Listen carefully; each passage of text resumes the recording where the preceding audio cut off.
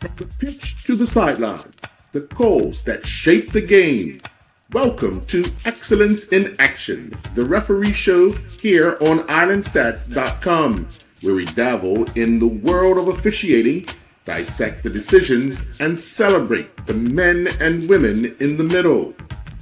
Join us each week as we chat with top officials, analyze controversial moments, and explore the challenges and triumphs of being a referee.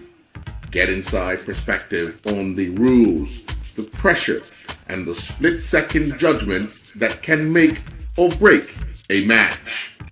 It's more than just whistles and flags, it's excellence in action. Now let's get to the show.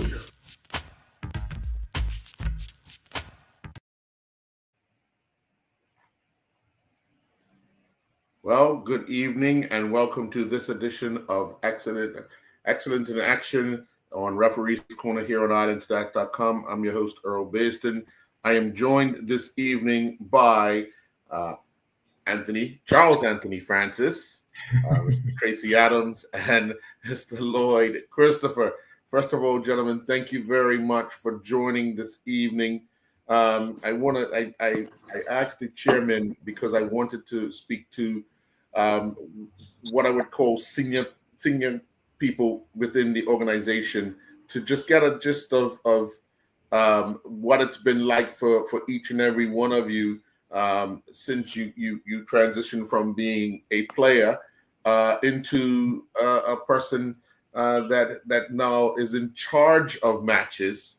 I know, Lloyd, you now moved to the assessor side. We'll get to that as well. But let's start with you, Mr. Francis, because you're up top. And let's talk a little bit about let's first talk about the transition and why, when and why you made that transition from being a player, an active player, to an official. Well, Earl, thank you first of all for all of your support. Yeah, a lot of people don't actually know that I played football, and however, growing up in my era, it was easy for me to transition to refereeing simply because I wasn't good enough. I wasn't, with the people that I played around, with the people that were in the game at the time.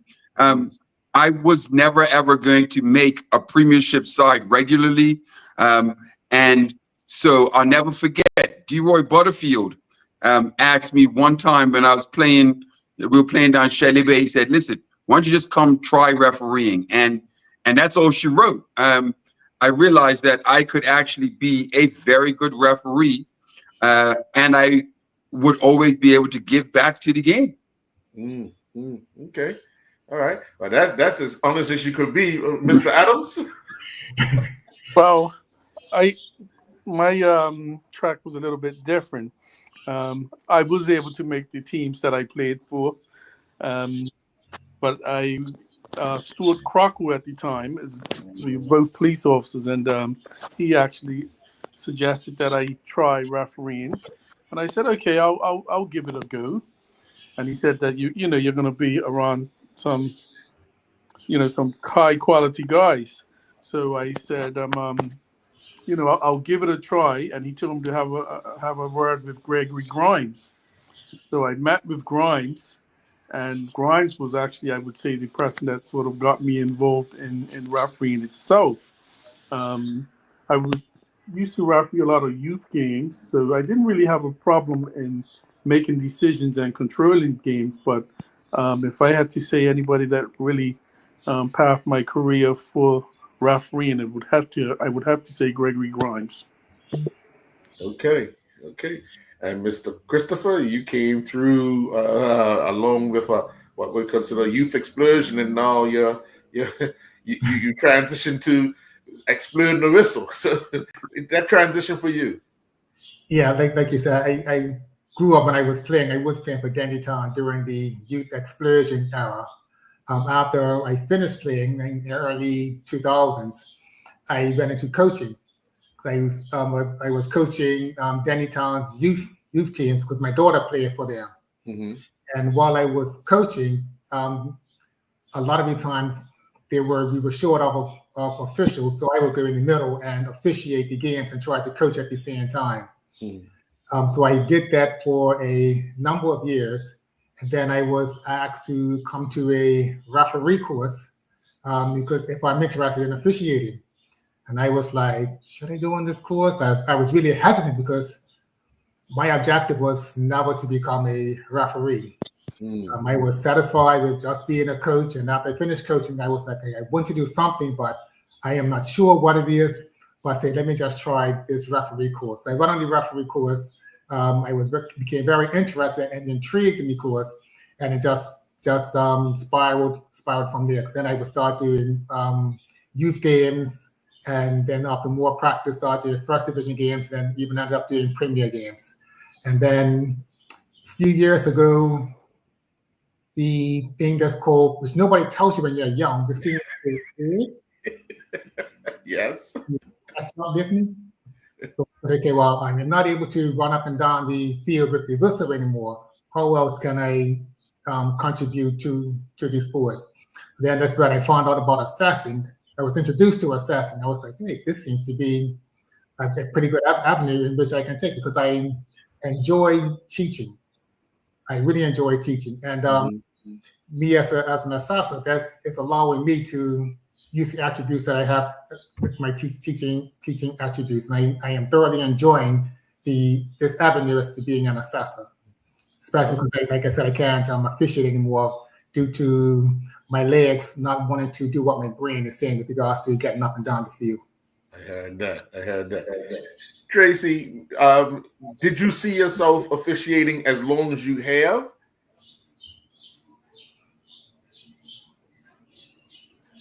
Tracy, you heard me?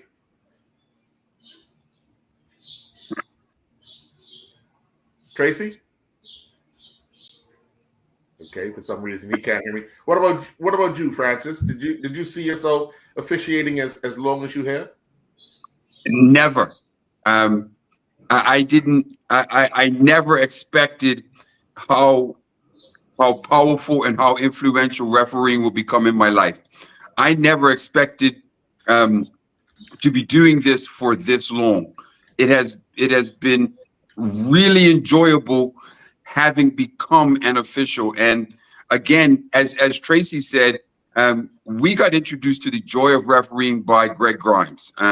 Greg Grimes actually made refereeing big for me, and all of the things that I could do with refereeing. So when I got involved, I really got involved, but I really did not expect to have been doing it for as long as I have been doing it. Tracy, can you hear us now? No, he still can't hear. So we talk about things that have gone on. Let me see if Tracy, are you able to hear us now?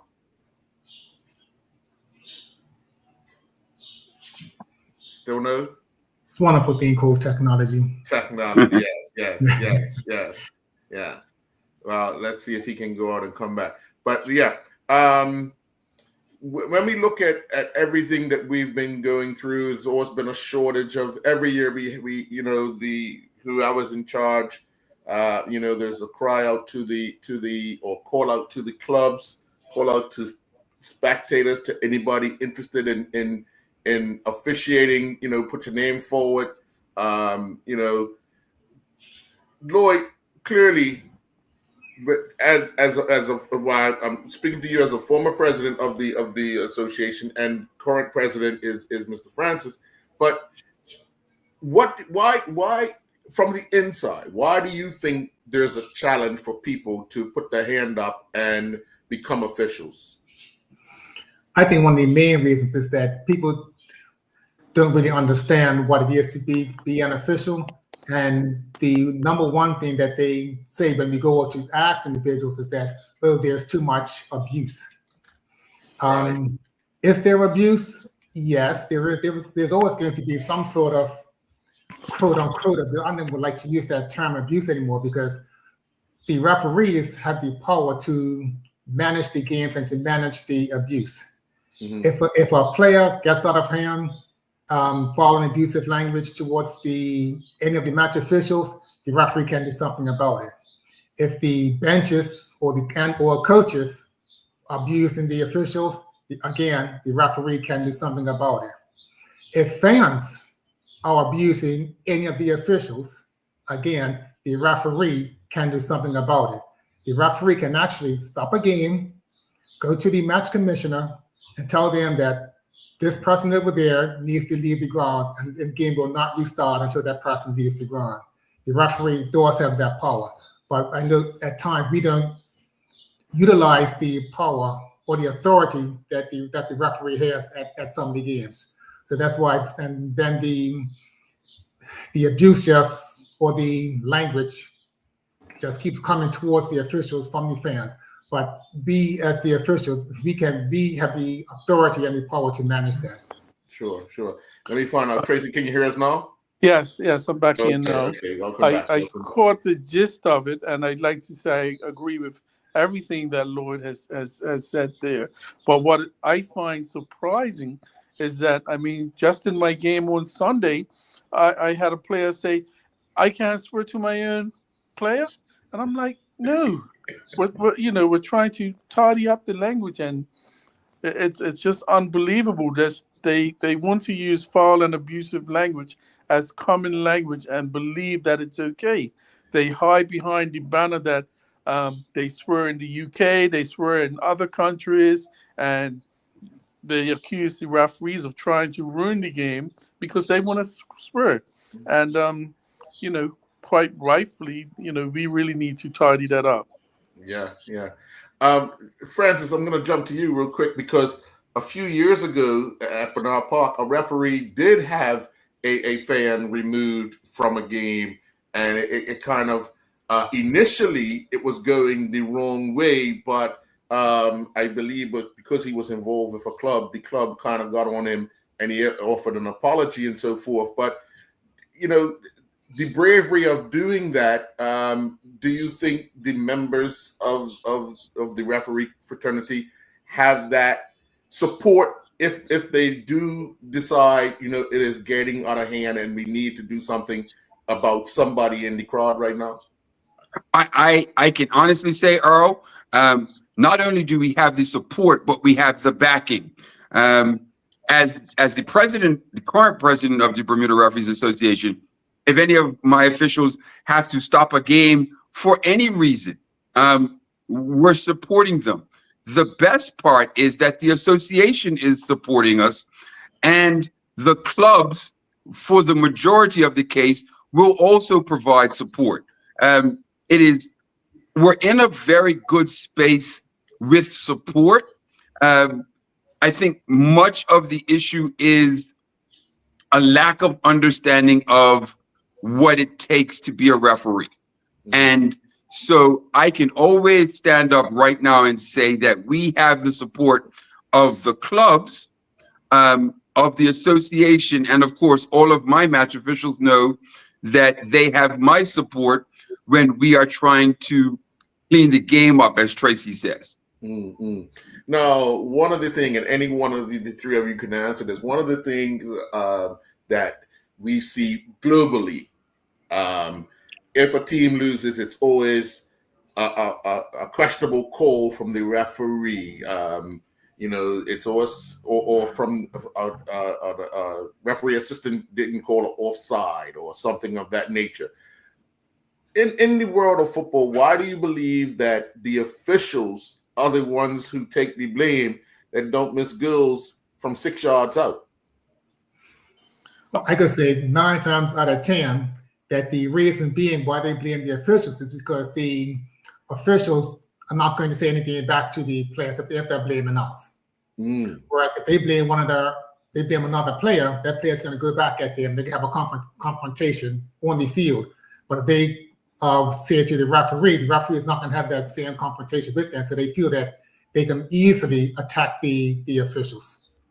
And then we wouldn't be retaliating like players or spectators will retaliate. Okay. I think that's one of the reasons. It's almost like they're looking for a scapegoat for their mistakes, as you Yes. say.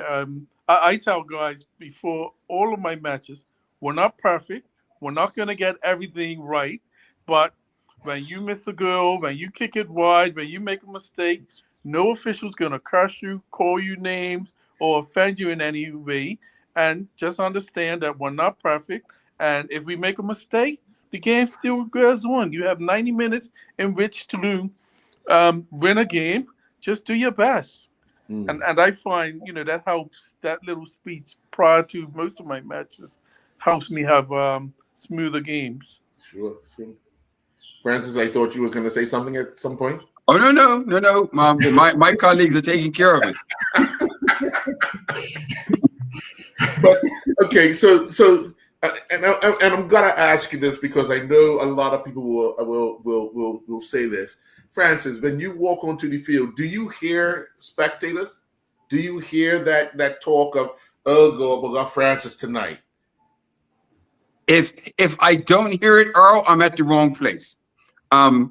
Because it happens the minute I hit a ground. And the best part about it is, Earl, that it happens on every ground with every set of spectators. Consistent. If I don't hear it, I get a little concerned because let's just admit that football is our game in Bermuda. We get passionate about football. And sometimes it's the only thing that helps people release the tension that they've been through. I hear it, but because I've been doing it for so long, because I've heard it for so long, there's no effect on me until it starts to become abusive. But I hear it literally every game that I do. But I will say that a lot of our players and clubs now, when they want a quality referee, they know who they're calling. Because I also hear, well, I'm glad I got you this weekend. So it's one of those, it's one of those, if you've been a referee for long enough, you hear it, but you also understand that it is a level of respect that they're providing in their own way, because that's what I'm finding now in the latter part of my refereeing career, that's the badge of respect that they're giving me now. Okay. Yeah. Good. What about you, Tracy? Do you hear those rumbles sometimes getting out of your car in the parking lot? As Mr. Francis says, if I'm at the wrong place if I didn't hear it. But it's almost like a badge of respect, because they would also say, well, I'm glad I have you this week, or I hope you're not like this person of last week. And the fact is, the game has to be played, and regardless what team that are playing, particularly that I'm officiating, I'm just going to go out and do the best that I can. So whether or not, like, oh God, I've got you again this week, or Tracy done mess up this week, you just got to go and do the best you can. And Lloyd, let me get to the assessor part, because that's become a big part of the game nowadays. But I'm pretty sure you and others will look at it and say, you look at a game one way, and I could be an assessor sitting next to you, and I look at a game completely different. How in your message back to the officials after the game, how do we get consistency? It's about the conversation and how we address the conversation. Like, for example, if there was an infringement that happened, and the referee, let's say the referee issued a yellow card, I may not agree with that decision, but we would have a conversation from the referee to say, "Oh, last referee, why did you give that sanction to that player?" So the referee would tell me their point of view as to why they gave or did not give, and then I will give my opinion as to, yes, I agree with you, or no, I did not agree with you. And my opinion is A, B, and C, and this is why I'm making my decision.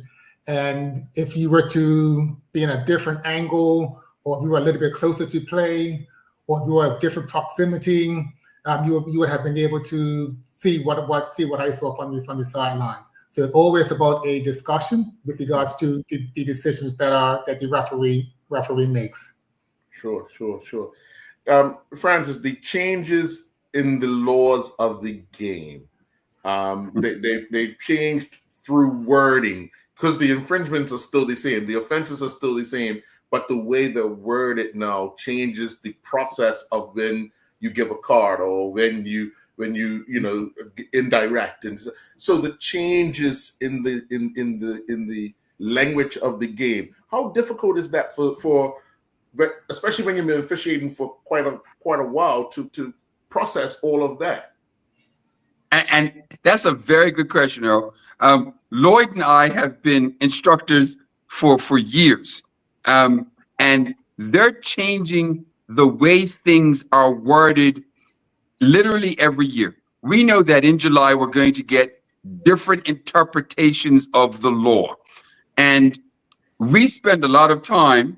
We're on courses, and we get those changes first.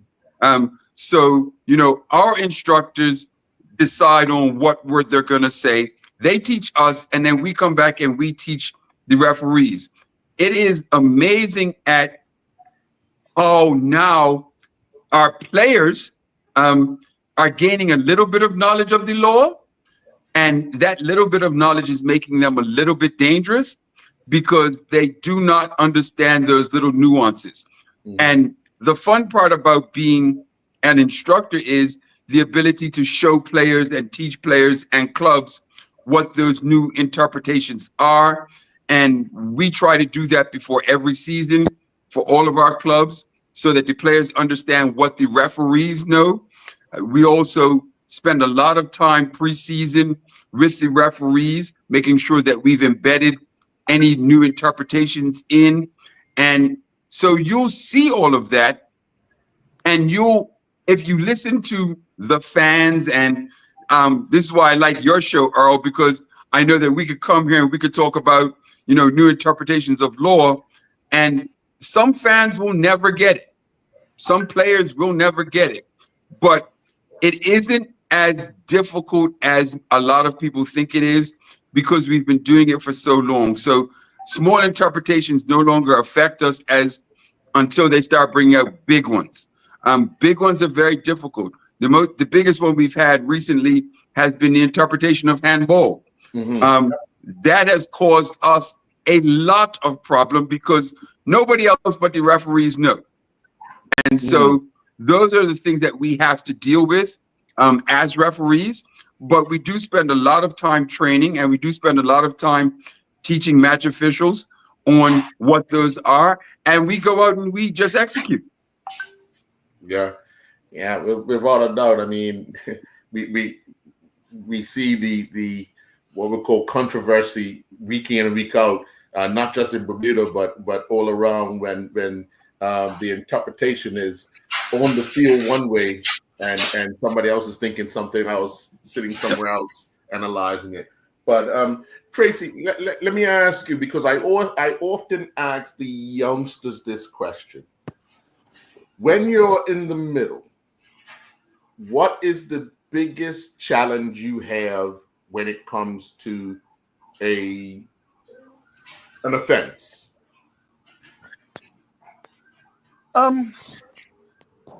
It depends. I mean, a lot of times, it's making sure that you're in the best position to actually see the offense, but able to deal with the offense quick enough so that play goes on. You have guys that try to stall the game, the process of moving on with the game. But I think for me, one of the most challenges is identifying the offense early enough and dealing with it right there and then before players who are not even near the offense tend to interpret it another way and try to influence your decision. So if I had to answer that, I would say the players trying to influence the decision you made. Okay. All right. So Lloyd, your experiences as an assessor, how would you define that? Enlightening. With regards to when I do assess a game, no matter who I assess, there's always room for development with regards to the official. Because no official gets every call 100% correct. No official is in the correct position 100% of the time. So what I do is I try to encourage them and to try to improve on the little things game after game. And I'll give you an example. I assessed a game recently, and the ball went out of play, and the team who knocked the ball out of play deliberately knocked the ball further out of play because they were leading in the game to waste time, delaying the restart of the game. The referee did not sanction the player for delaying the restart. When I had the conversation with him, he was saying, okay, well, I wanted to manage the game. I wanted to try and keep 11 players on the field. However, about 5 minutes before that, the same team was another throw in, and the player was about to take the throw in. He dropped the ball, so one of his teammates can take the throw.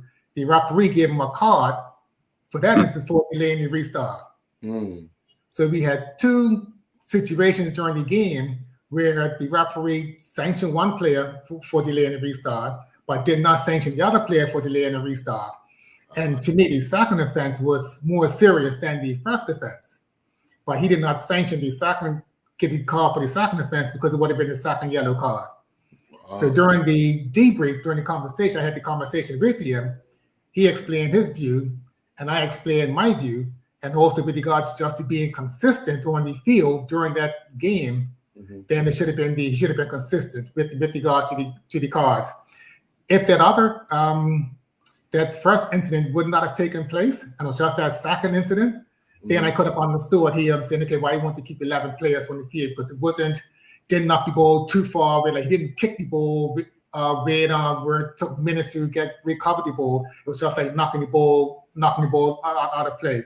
So if that incident happened by itself, then I could understand and agree with the referee's decision. Okay, all right, cool. We have 4 people on the FIFA list, Mr. President.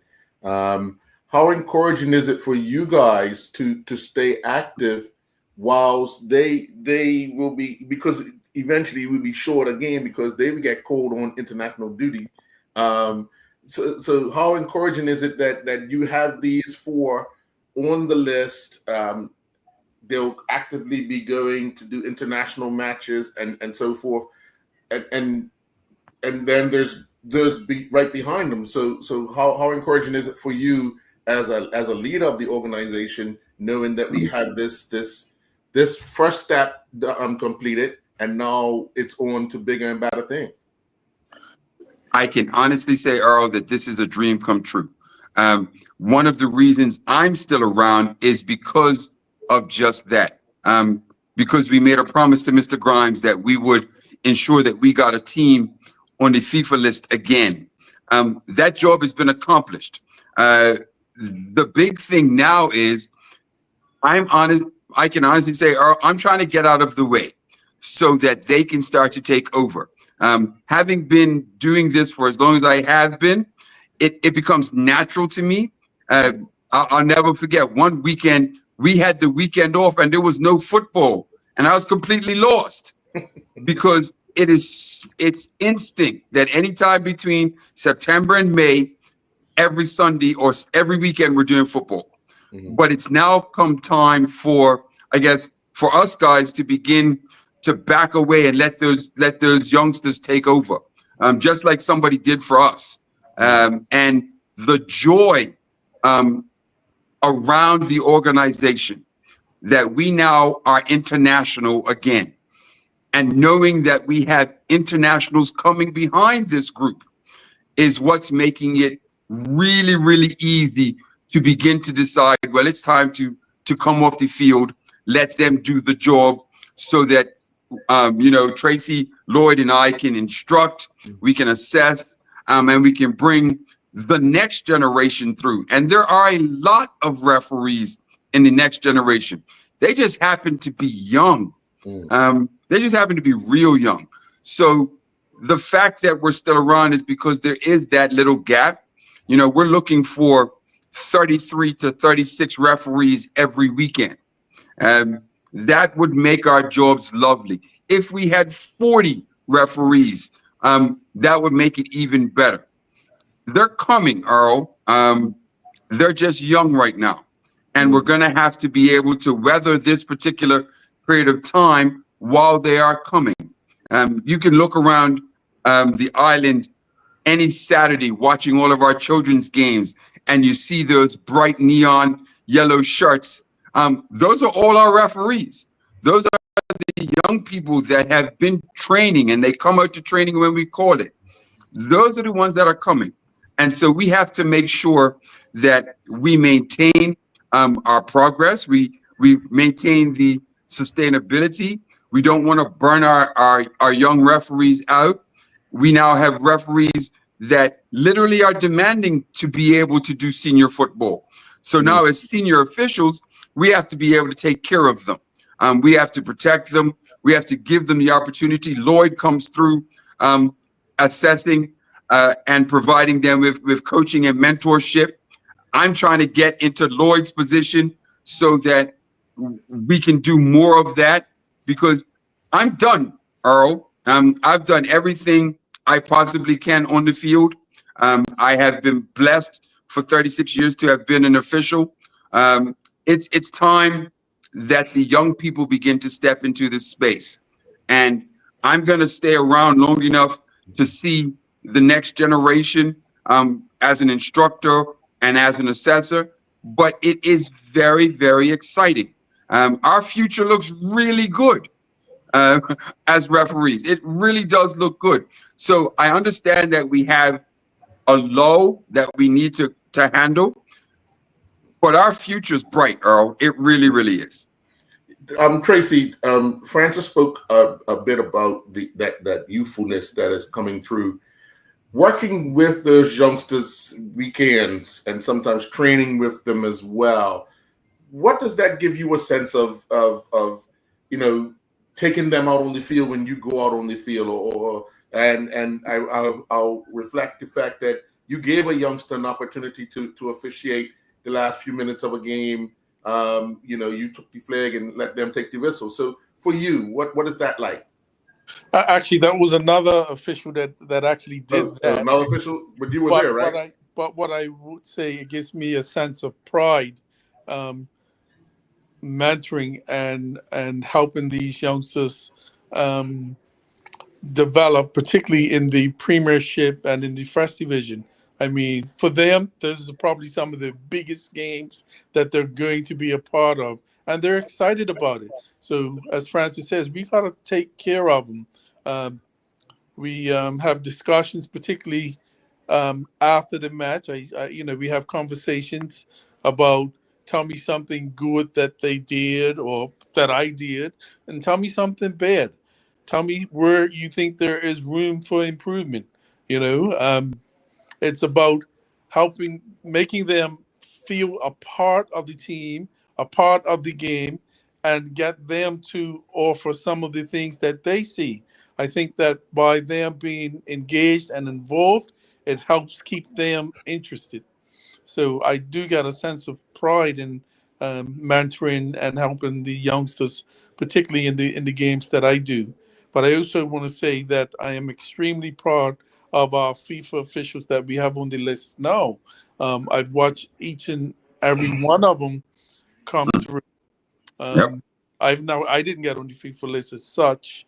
I was, as Francis said, I had the competition of guys like Tony Machette and Askin Curtis and Rex Osborne, and those are probably names people don't even remember. Right. But what I will say is that, as Anthony says, the future looks good. it looks very bright, and I just want to make sure that we get to the place a lot sooner than where we're going now. Yeah. Sure. Lloyd, if there's people out there that want to become an assassin, because everybody's opinionated, everybody's got a lot to say on the sideline, a lot to say on the street the day after games and so forth. How does one become involved as an assassin? Well, first of all, they could either contact the BFA office directly, or they could send an email to the BFA@gmail.com. But I also just want to point out that being an assassin is not an easy task. Francis had mentioned earlier with regards to the laws of the game. Mm-hmm. The laws of the game, they change every year. Yes. The assassin needs to be on top of that. The assassin needs to know more, I believe, more than the instructors know with regards to the laws of the game, because the instructors, they just instruct the officials in training. They show them the movements, they go over the laws of the game, but during the actual game itself, that's where they put that practice into action. And it's up to the assessor to ensure that what they are actually doing is in line with the laws of the game. And it's not just about telling them what they did wrong, telling them what they did right. It's about communicating with them, whereas the officials feel comfortable with regards to discussion. Because basically, the debrief is a discussion on the performance of the official. It's not a bashment to say, "Oh, you should have given a yellow card. You didn't give a yellow card, or you gave a red card. That should not have been a red card." And it's a technique with regards to the delivery of the information to the officials as well, because you could understand the laws of the game, but when you're delivering that information to the officials, if it's not delivered in a way that's going to be received by the officials, then the assessor has not done their job, and the official 9 times out of 10 will just go right back into commit that same offense the very next game. Mm-hmm.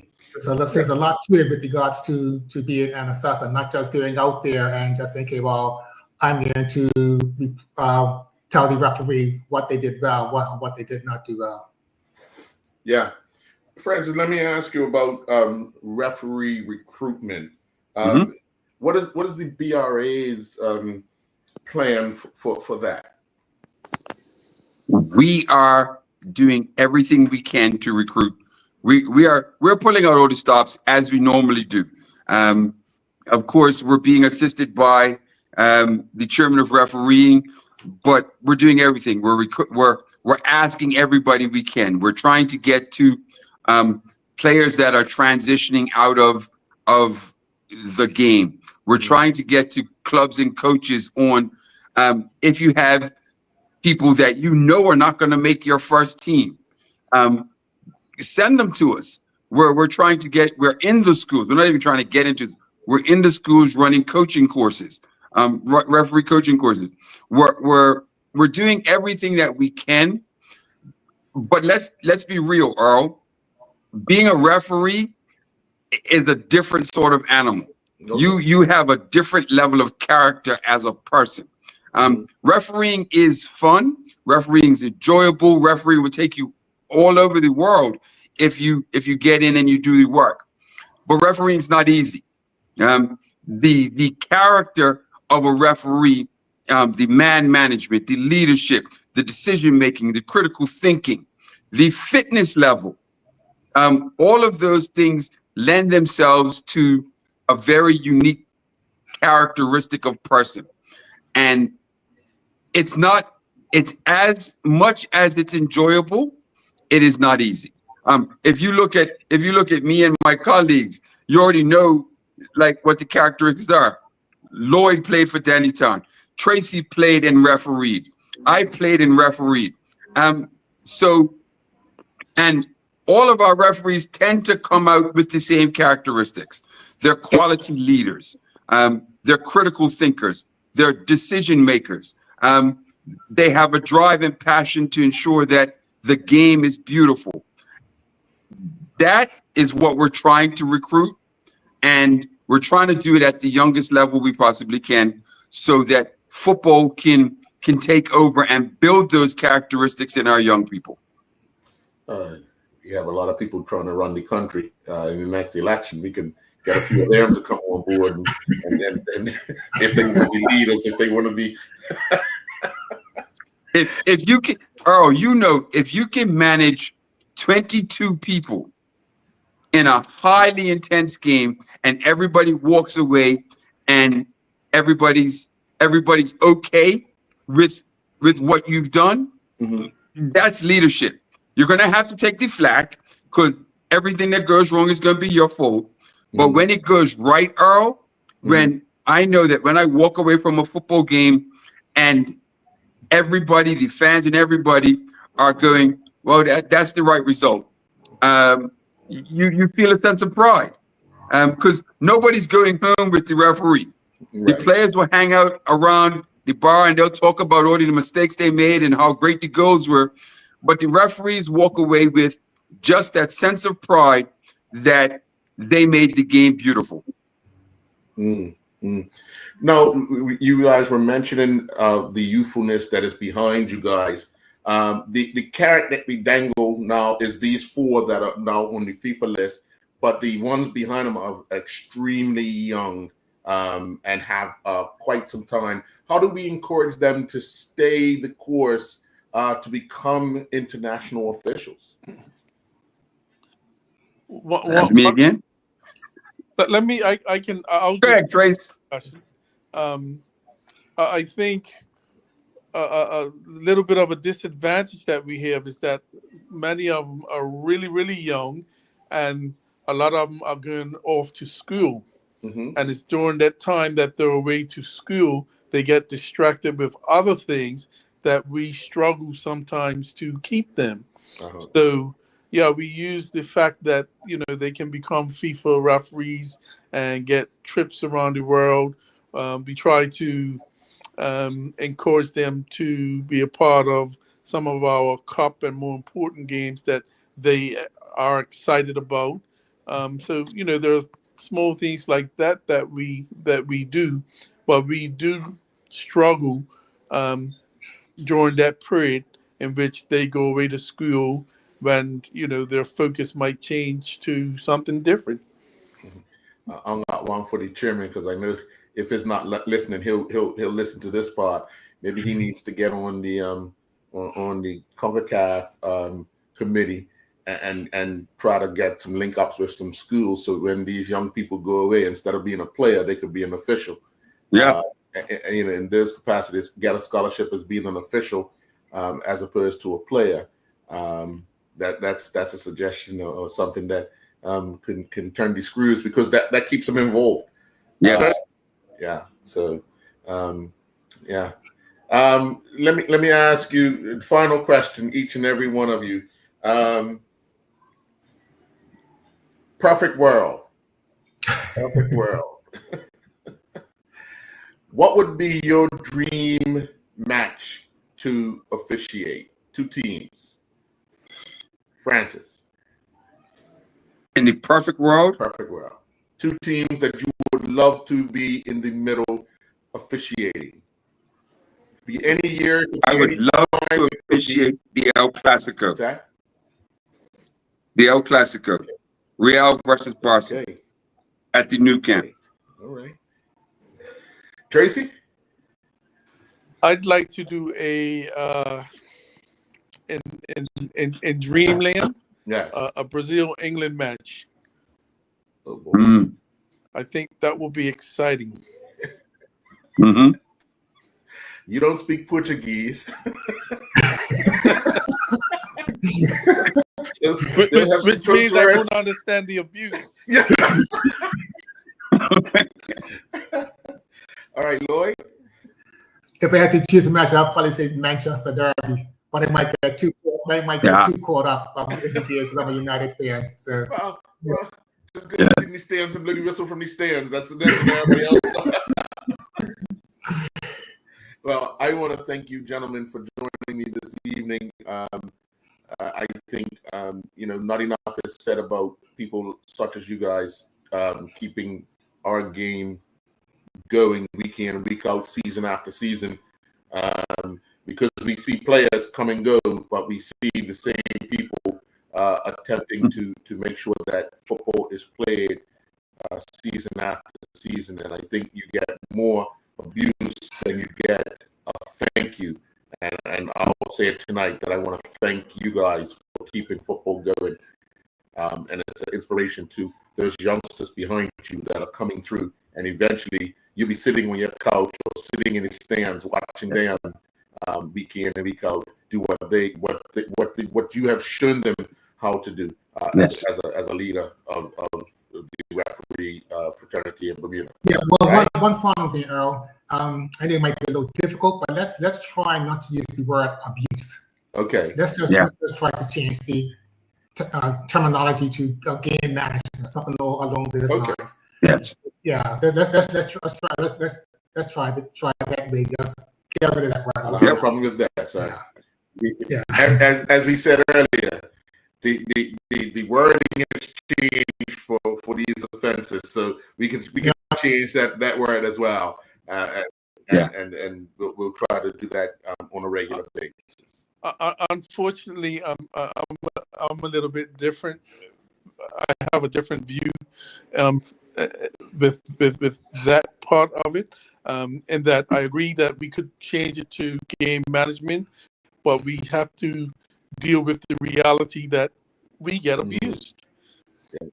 And if as Lloyd pointed out earlier, there are ways of dealing with that abuse, and if we dealt with it like we should, because we all don't deal with it like we should, then I think we can kind of make it better where it can become game management. Okay. All right. And Earl, let me just take this opportunity to sort of thank young and old that are out there, because part of what you do is what puts us on the map, and we appreciate that the efforts that you go through. I mean, I see you all over the island trying to capture our better sides. And we appreciate the work that you do, particularly for football. So thank you for that. Thank you very much. Appreciate it. Gentlemen, enjoy your night. Folks, we'll be back next week with another edition of... Good night. Thank you. Thank you, Earl.